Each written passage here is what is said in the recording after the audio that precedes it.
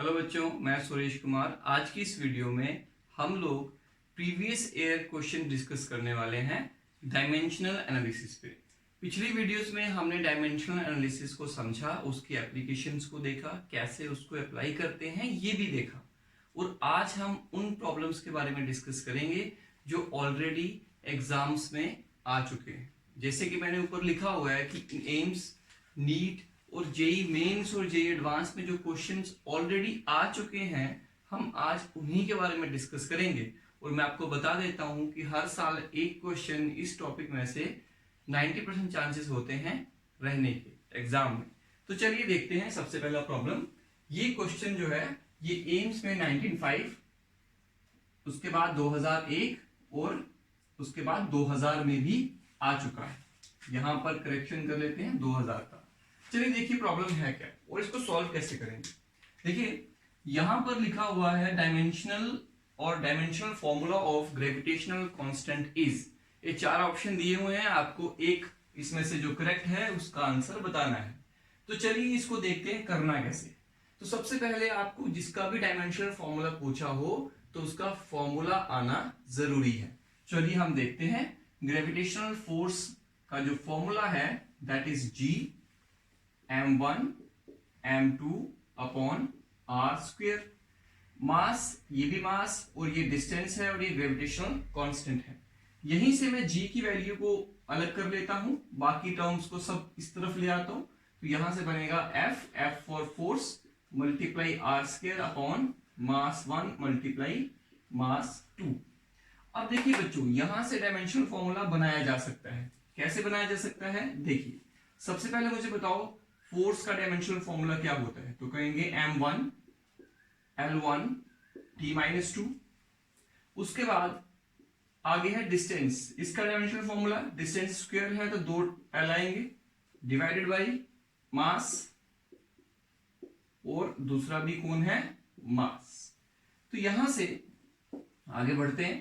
तो देखिए यहां पर m 3 बार है, एक m यहां से कैंसिल हो गया और ये जो m है इसकी पावर 1 है, तो ये न्यूमरेटर में जब जाएगा तो इसकी पावर -1 हो जाएगी। उसके बाद लेंथ देखो, यहां पे भी लेंथ, यहां पे भी लेंथ, इसका पावर 2 इसका power 1, basis are same, powers are added, तो यहां आएगा L3। उसके बाद t को देखिए, और कोई t नहीं है तो t को एज इट इज लिख दिए -2। तो स्टूडेंट्स ये हमारा फाइनल रिजल्ट बना। तो चेक करिए कौन सा वाला ऐसा ऑप्शन है जो हमारे आंसर से मैच हो रहा है। तो I think that should be the first option A. तो ये इसका आंसर है। तो देखो कितना इजी क्वेश्चन आया हुआ है एग्जाम के अंदर। हमारा नेक्स्ट क्वेश्चन है the dimensions of modulus of rigidity is.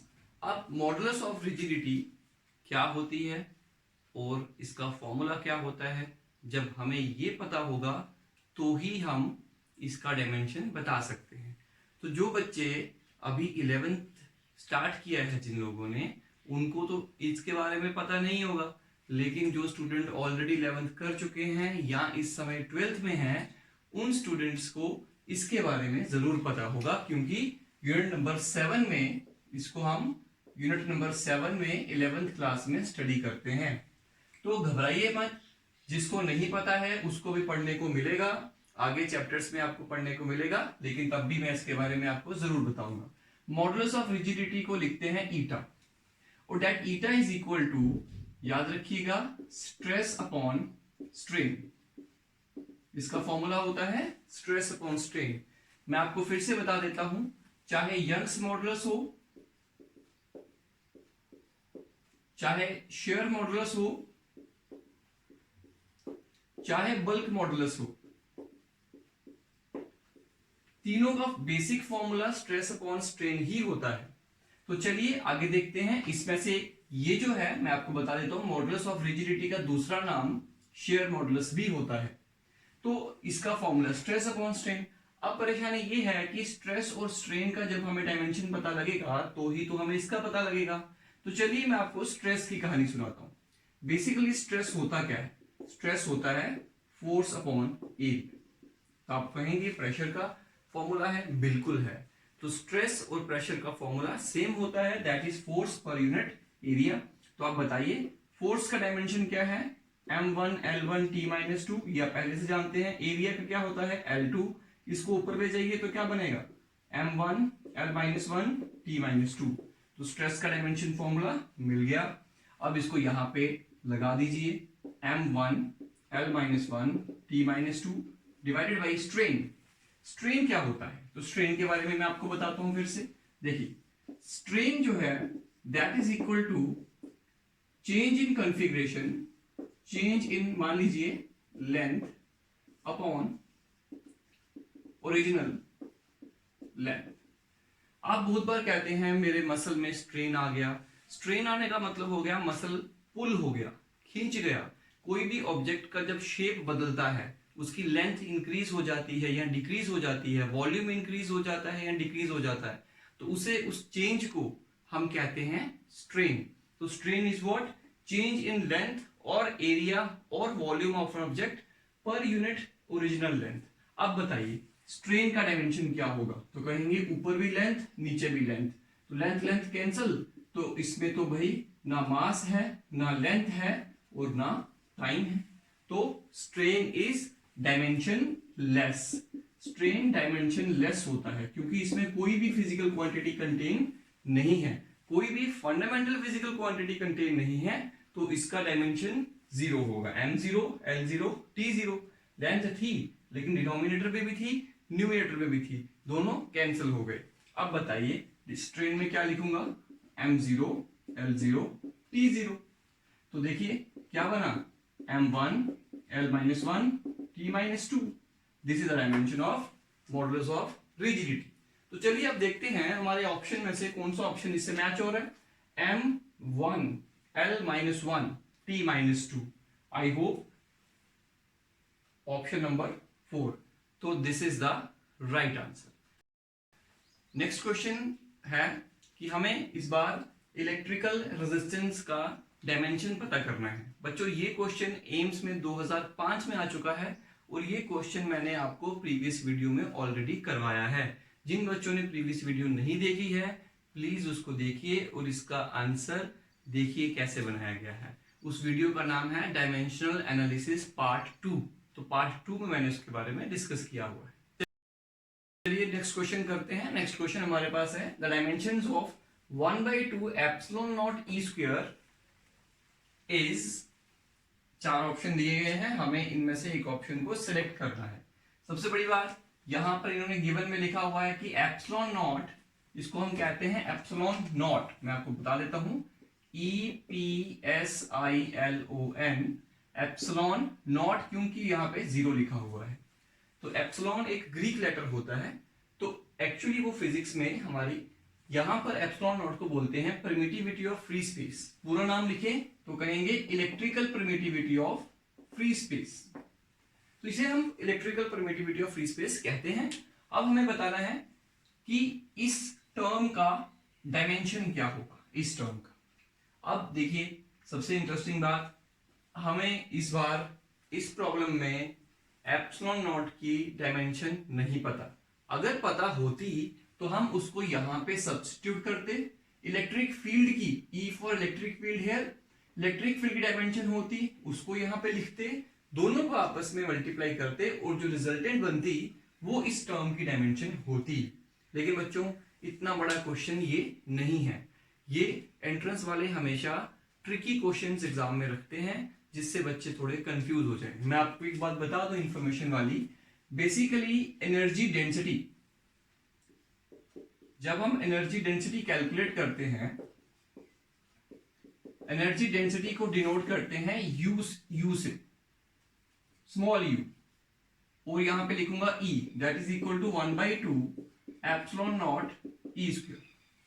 बच्चों मैं फिर से बताता हूं, ये जो एनर्जी डेंसिटी है ये हम 12th क्लास में स्टडी करते हैं, तो जो इस समय 11th क्लास के बच्चे वीडियो देख रहे हैं मैं आपको बता दूं आप भी इसके बारे में स्टडी करोगे और आपका जो एंट्रेंस है वो आपकी 12th के बाद ही होगा, इसलिए आपको भी घबराने की जरूरत नहीं है, राइट। अब देखिए इसका, अगर हम इस टर्म को एनर्जी डेंसिटी कहते हैं, एनर्जी डेंसिटी का मतलब होता है एनर्जी पर यूनिट वॉल्यूम, तो मैं फिर से लिख देता हूं यहां पे energy per unit volume that is equal to 1/2 epsilon naught E square.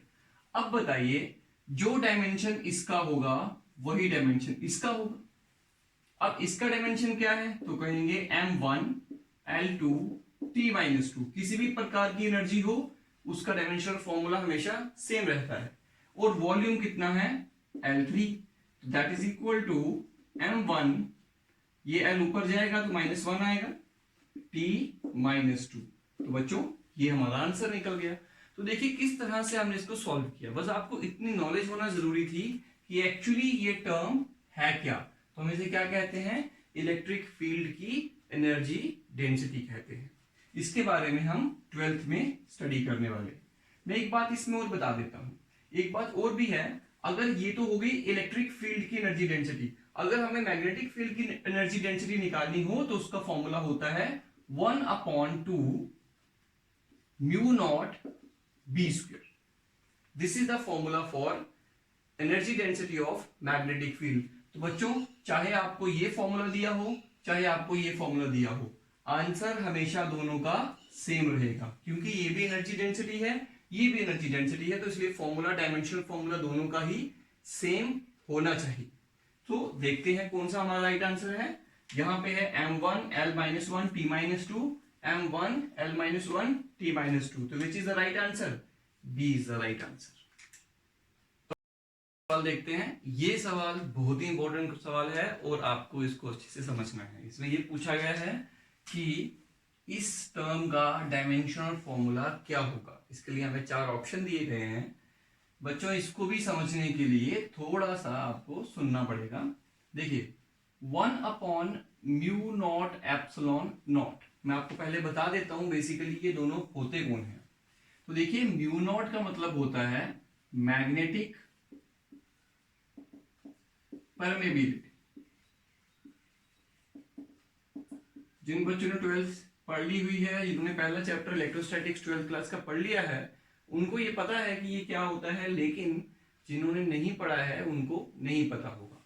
ये चैप्टर नंबर यूनिट नंबर 3 में आएगा 12th क्लास के। और दूसरी टर्म जो है दैट एप्सिलॉन नॉट, ये चैप्टर नंबर 1 में आएगा। इसे कहते हैं इलेक्ट्रिकल परमिटिविटी।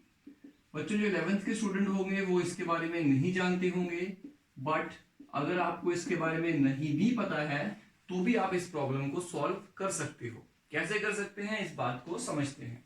देखिए हमें ना ही इस समय μ0 का पता है और ना ही मुझे इस समय एप्सिलॉन नॉट का पता है कि ये क्या होते हैं। अगर मैंने नाम लिखा भी है तो इससे इनकी डायमेंशंस का पता नहीं लग रहा। अगर मुझे इनकी डायमेंशंस का पता लग जाए तो मैं यहाँ पे लिखकर इसका डायमेंशनल फॉर्मूला बना सकता हूँ, बट सिंस हमें इसके बारे में नहीं पता है तो फिर इस प्रॉब्लम को कैसे सॉल्व करें। अगर किसी बच्चे को ये पता भी है कि मुझे सर, कोई कहता है मुझे सर इसका डायमेंशन आता है, तो मैंने कहा लगा दो, तो कितना टाइम लगेगा, वो 5, 3, 4 मिनट लगा देगा। या 5 मिनट लगाएगा, 3 मिनट लगाएगा, या 4 मिनट लगाएगा, या 2 मिनट लगाएगा। तो 2 मिनट बहुत तेज करेगा तो 2 मिनट लगेंगे इसको सॉल्व करने में। तो बच्चों एंट्रेंस में इतना टाइम नहीं होता है।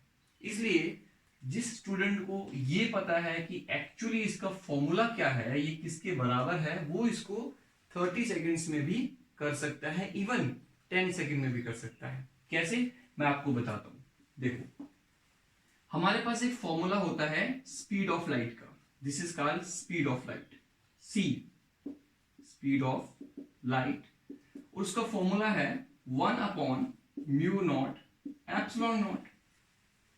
ठीक, अब बताओ जो डायमेंशन इसका होगा वही इसका होगा। आप क्या करें, दोनों तरफ स्क्वायर कर दें, squaring both sides, c square equal to 1/μ0 epsilon not.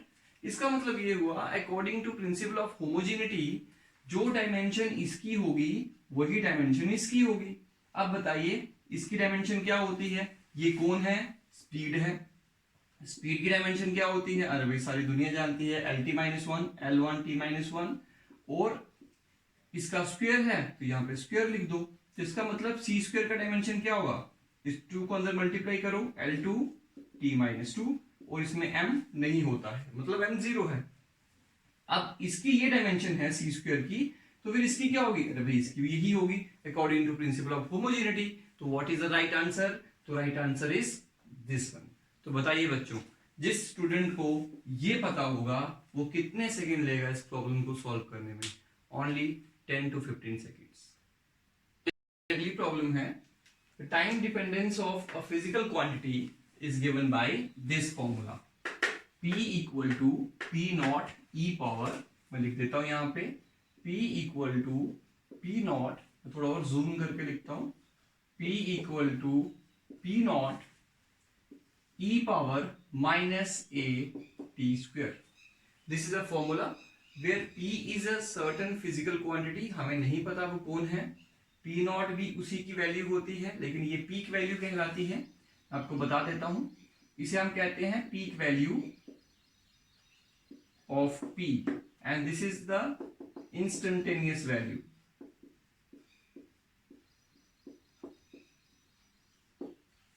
At any time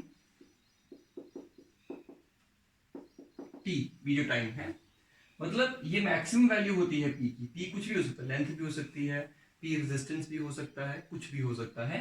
तो पी का वैल्यू जो मैक्सिमम है वो पी नॉट होता है, सबसे ज्यादा वैल्यू, हाईएस्ट वैल्यू उसकी इतनी है।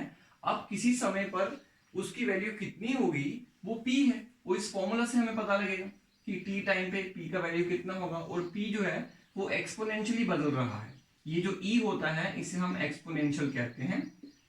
एक्सपोनेंशियल एक मैथमेटिकल टर्म है, जैसे आपने पाई का वैल्यू सुना होगा 3.14 होता है, एक्सपोनेंशियल का वैल्यू e इक्वल टू 2.718 होता है approximately, this is also approx. तो जिस तरह से आपने नाम सुना है पाई का, उसी तरह से e भी एक मैथमेटिकल टर्म है, इसका वैल्यू 2 और 3 के बीच में लाई करता है, दैट इज 2.718, तो it is a number only. तो अब आप इमेजिन करिए कि जो डायमेंशन यहां p का होगा वही डायमेंशन इस p नॉट का भी होगा। ऑब्वियसली दोनों सेम फिजिकल क्वांटिटीज हैं। अब इन दोनों का डायमेंशन सेम है तो फिर इसका डायमेंशन क्या होगा इस पूरे का, तो कहेंगे इसका डायमेंशन नहीं होगा। क्यों नहीं होगी इसकी डायमेंशन, अरे भाई ये दोनों तो आपस में बराबर हो गए, ये बीच में क्या करेगा। दूसरी बात, एक और इंपॉर्टेंट बात याद रखिएगा, किसी भी मैथमेटिकल फंक्शन की डायमेंशन नहीं होती है। Mathematical functions do not contain any physical, any fundamental quantity, net, मतलब उसका कोई भी डायमेंशन नहीं होता। डायमेंशन तो तब बनेगा ना अगर उसके अंदर कोई फिजिकल क्वांटिटी होगी, कौन सी वाली, फंडामेंटल वाली। तो ये एक मैथमेटिकल फंक्शन है, इसलिए इसके अंदर कोई भी फिजिकल क्वांटिटी कंटेन नहीं हो सकती। अगर होगी भी तो नेट रिजल्टेंट उसका जीरो ही बनेगा। तो चलिए देखते हैं कि अगर ई का डायमेंशन नहीं होना चाहिए तो ऑब्वियसली इसका डायमेंशन भी नहीं होगा। इसका मतलब ये हुआ कि एटी स्क्वायर जो है वो डायमेंशन लेस है, m0, l0 और t0 होगा। तो बताइए ए का डायमेंशन क्या होगा, तो बोलेंगे m0, l0, t0 divided by t2, ये टाइम है, टाइम का स्क्वायर आएगा। अब ये ऊपर जाएगा तो यहां से क्या बनेगा, t-2। तो बताइए ए का डायमेंशन क्या होगा, तो कहेंगे this is the right answer, B part. तो इसमें एक बात समझने वाली है कि कोई भी मैथमेटिकल फंक्शन अगर है तो वो डायमेंशन लेस होगा। कभी भी आपको इस तरह का टर्म मिलता है तो याद रखिए ई की पावर में कुछ भी हो वो हमेशा डायमेंशन लेस होगी। अब सोचो यहाँ टी स्क्वायर लिखा है तो यहाँ पे क्या लिखना चाहिए, यहाँ टी का पावर 2 है तो यहाँ पे टी का पावर -2 अगर है तो ही वो दोनों कैंसिल होके डायमेंशन लेस बनेंगे। मतलब एटी स्क्वायर में अगर आपको पता है कि टी स्क्वायर है, टाइम है, तो इसका डायमेंशन क्या रखें जिससे ये टर्म डायमेंशन लेस बन पाए, तो कहेंगे यहाँ पे t-2 लिखो। ऑब्वियसली जब -2 लिखोगे this is same powers are added तो रिजल्टेंट कितना आएगा, t0। तो दैट्स व्हाई a की डायमेंशन वो होंगी जो t की रेसिप्रोकल होंगी। तो t की डायमेंशन क्या है, t का पावर 2 ये वाला, तो इसकी क्या होगी t का पावर -2 या 1/t का पावर 2। तो इस तरह से हम इसको कर सकते हैं। एक बात यहां पे और जानने वाली है कि अगर मैं कहूं साइन थीटा एक फंक्शन है तो क्या इसकी कोई डायमेंशन होती है? कहेंगे नहीं होती है। मैं आपको एक बात और बता सकता हूं, ये जो sine theta, cos theta, tan theta होते हैं, इन्हें हम कहते हैं trigonometric ratio. These are called trigonometric ratios. अब जो ट्रिग्नोमेट्रिक रेशियोज होती है वो कैसे लिखी जाती हैं? तो मैं कहूंगा अगर साइन थीटा को लिखना हो तो लिखना है परपेंडिकुलर अपॉन हाइपोटेन्यूज। अब बताइए, ये भी लेंथ है, ये भी लेंथ है, तो लेंथ लेंथ कैंसिल हो जाएंगी, तो डायमेंशंस कहाँ रहेंगी? इसमें नहीं रहेंगी, कोई भी फिजिकल क्वांटिटी कंटेन नहीं होगी, because it is a ratio. तो sine theta is dimensionless. दूसरी बात, एंगल, एंगल कोई भी हो, थीटा, उसका फॉर्मूला क्या होगा? Arc upon radius. ऊपर भी लेंथ, नीचे भी लेंथ, लेंथ लेंथ कैंसिल, तो angle is also dimension less. ये जो कॉन्सेप्ट है ये हम अगली प्रॉब्लम्स में यूज करने वाले हैं, तो याद रखिएगा, कोई भी मैथमेटिकल फंक्शन अगर मिलता है तो दैट इज ऑलवेज डायमेंशनलेस। हमारा नेक्स्ट प्रॉब्लम है y equal to a sin omega t minus k x. This is the equation of a wave. एक वेव का इक्वेशन है ये भी आप 11th क्लास के लास्ट चैप्टर में पढ़ेंगे। तो जो 12th में है इस समय स्टूडेंट्स, उन्होंने ऑलरेडी पढ़ लिया होगा, तो मैं आपको बता देता हूं यहां पर ओमेगा क्या है और a क्या है, y क्या है ये भी बता देता हूं। y is the displacement at any instant,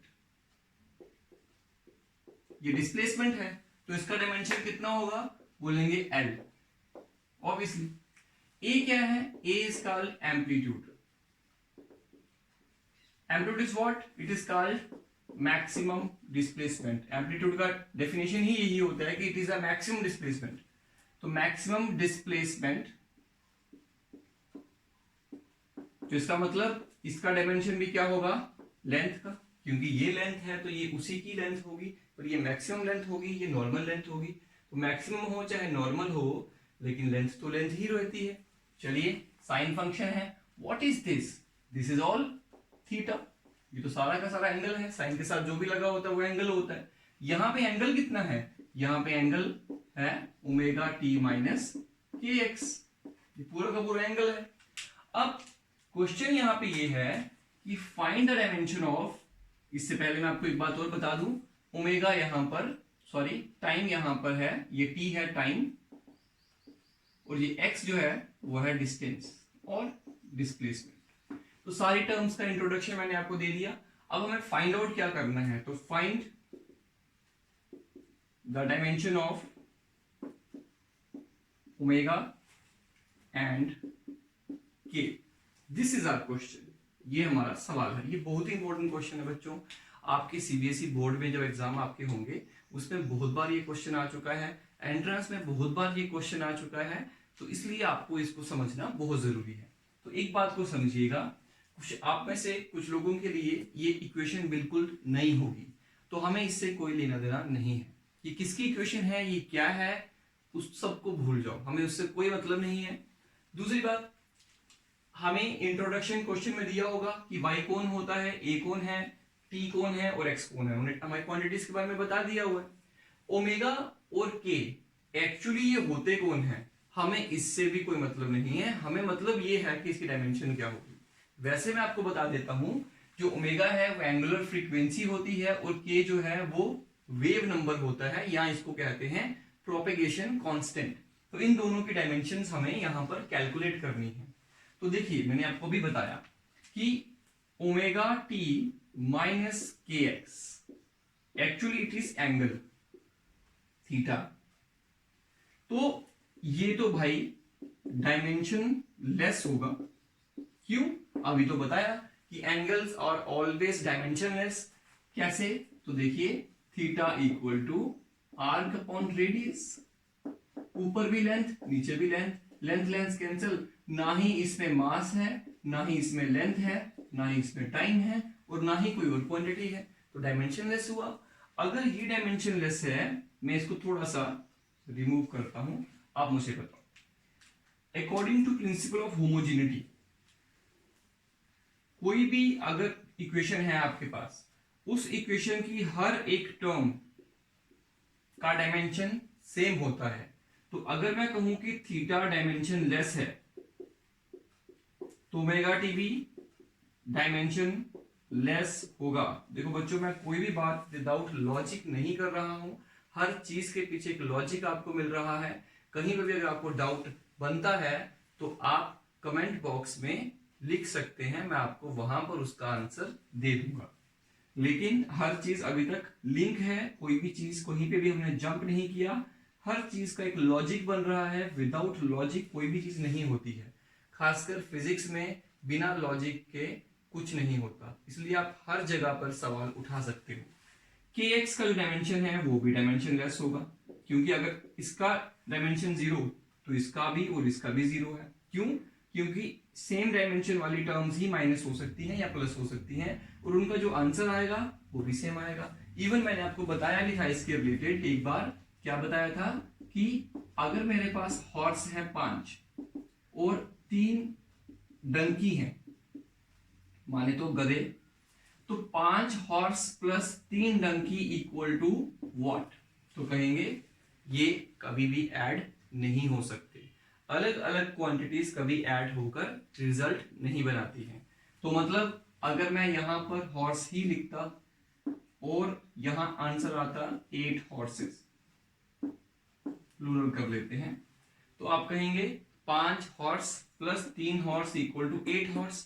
तो ये वाली जो टर्म है, ये भी हॉर्स है, ये भी हॉर्स है, तो ये भी हॉर्स ही होंगे। ऑब्वियसली हॉर्स प्लस हॉर्स गधे तो आएंगे नहीं ना, तो इसीलिए यहां पर भी देखिए इसका जो डायमेंशन होगा वही इसका होगा, और जो उसका आंसर आया वही इसका होगा। बट ये तो डायमेंशन लेस है, इसका मतलब ये तीनों ही डायमेंशन लेस होने चाहिए।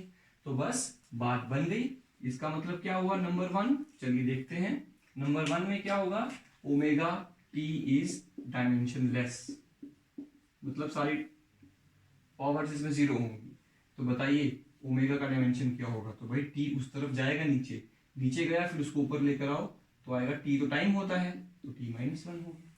इसी तरह से नंबर 2, के एक्स इज डायमेंशन लेस, तो यहां से क्या होगा, के जो है इसका डायमेंशन क्या आएगा? इसको आप उस तरफ नीचे ले जाइए, फिर ऊपर लाइए तो आएगा L माइनस 1। तो बच्चों ये इसका आंसर हो गया। अभी आपको ओमेगा और के एक्चुअल फॉर्मूले पता भी नहीं थे, लेकिन आपने उसकी डायमेंशंस को जान लिया। अगर मैं आपको उसके एक्चुअल फॉर्मूला बता दूं तो सुन लीजिएगा, वेरिफिकेशन हो जाएगी। ओमेगा होता है 2 pi by T, okay, and के होता है 2 पाई अपॉन लैम्डा। तो आप खुद ही देख सकते हैं, लैम्डा यहां पर ये टी फॉर टाइम और लैम्डा फॉर वेवलेंथ। तो वेवलेंथ जो है, वेवलेंथ तो वेव है, वो वेवलेंथ है तो वेव की लेंथ है, तो इट इज एक्चुअली लेंथ। तो लेंथ है तो ऑब्वियसली वो मीटर आएगा, मीटर मतलब कि लेंथ आएगी, तो लेंथ को ऊपर ले जाएगी तो L माइनस 1, यहाँ पे टाइम नीचे है, टाइम ऊपर ले जाएगी तो T माइनस 1, बिल्कुल सेम टू सेम होना चाहिए था। और यहाँ पे जो 2 पाई लिखे हैं, दीज आर कांस्टेंट्स, तो कांस्टेंट्स का कोई भी डायमेंशन नहीं होता है। ये जो क्वेश्चन है ये 2018 में एम्स में आया हुआ था। देखते हैं क्वेश्चन क्या है। What are the dimensions of A upon B? हमें A अपॉन B का डायमेंशन बताना है, और एक रिलेशन दिया हुआ है हमें। ये मैं इस रिलेशन को दोबारा यहाँ पे नोट डाउन कर देता हूं कि यहाँ पर रिलेशन है F equal to A root X plus B T square. यहां पर F उन्होंने गिवन में दिया हुआ, फोर्स x डिस्टेंस है और t टाइम है। आपको करना क्या है, पहले तो इस रिलेशन में से A और B के डायमेंशन फाइंड आउट करोगे, फिर उनका रेशियो निकालोगे। Very simple. तो चलिए करते हैं। तो देखते हैं, हमें ऑप्शंस की इसमें कोई जरूरत नहीं है, ऑप्शन गिवन में होंगे आपको, but still there is no need of options, हम ऐसे ही डायरेक्टली कैलकुलेट करेंगे। तो देखिए, according to principle of homogeneity, force के डायमेंशन जो होगी, इसकी डायमेंशन, इस टर्म की डायमेंशन और इस टर्म की डायमेंशन सेम होंगी। तो सिंपल है। नंबर 1 स्टेप करते हैं। A root X equal to F, मतलब मैं क्यों लिख रहा हूं ऐसे, dimension of A root X equal to dimension of F. तो देखिए फिर से लिखता हूं इसको, a equal to F upon root X, इस तरह से नोट डाउन कर सकते हैं इसको। तो चलिए आगे देखते हैं। फोर्स की डायमेंशन m1 l1 t-2 और रूट एक्स की डायमेंशन। आपको पता है रूट का मतलब क्या होता है, root X equal to X power 1/2 होता है। इसका मतलब लेंथ है x, तो l का पावर 1/2 हो जाएगा। यहां से आएगा m1 l, इसको ऊपर ले जाइए, l 1 माइनस 1/2, क्योंकि basis are same, powers are subtracted in division, -2, that is m1 l 1/2। देखो ये 1 है और ये 1/2 है, हाफ है, एक में से आधा निकालो तो आधा ही बचेगा, तो t-2। तो ये हमारे पास a का डायमेंशन आ गया। इसी तरीके से हम b का डायमेंशन भी निकाल सकते हैं। उसके लिए क्या लिखना पड़ेगा, bt² इक्वल टू f। तो bt² b equal to force का डायमेंशन लिखो m1 l1 t-2 divided by t²। तो यहां से आएगा m1 l1 t, इसको भी ऊपर ले जाइए तो आएगा -4। तो बच्चों a और b का आ गया। अब क्या करेंगे, अब a अपॉन b कैलकुलेट करेंगे, सिंपल है।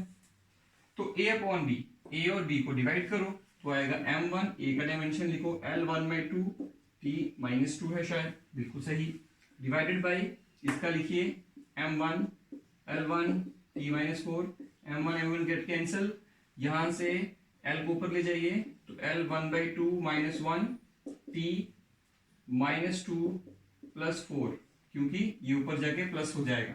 तो यहां से जो डायमेंशन बनेगी आपकी, that will be equal to, मैं यही लिख लेता हूं इसको, l, m तो 0 हो गया, l -1/2 और t 2। So this is the right answer. ये हमारा यहां पर आंसर। आज के लिए हम इतना ही रखते हैं। नेक्स्ट वीडियो में हम नेक्स्ट टॉपिक डिस्कस करेंगे। ये जो प्रॉब्लम्स हैं ये सभी प्रीवियस ईयर प्रॉब्लम्स थी। आई होप आपको ये सारी समझ में आई होंगी। अब आपको क्या करना है, मैं आपको एक असाइनमेंट भेजूंगा और उस असाइनमेंट को आपको सॉल्व करना है। उससे आपका कॉन्फिडेंस लेवल जो है वो और बढ़ेगा।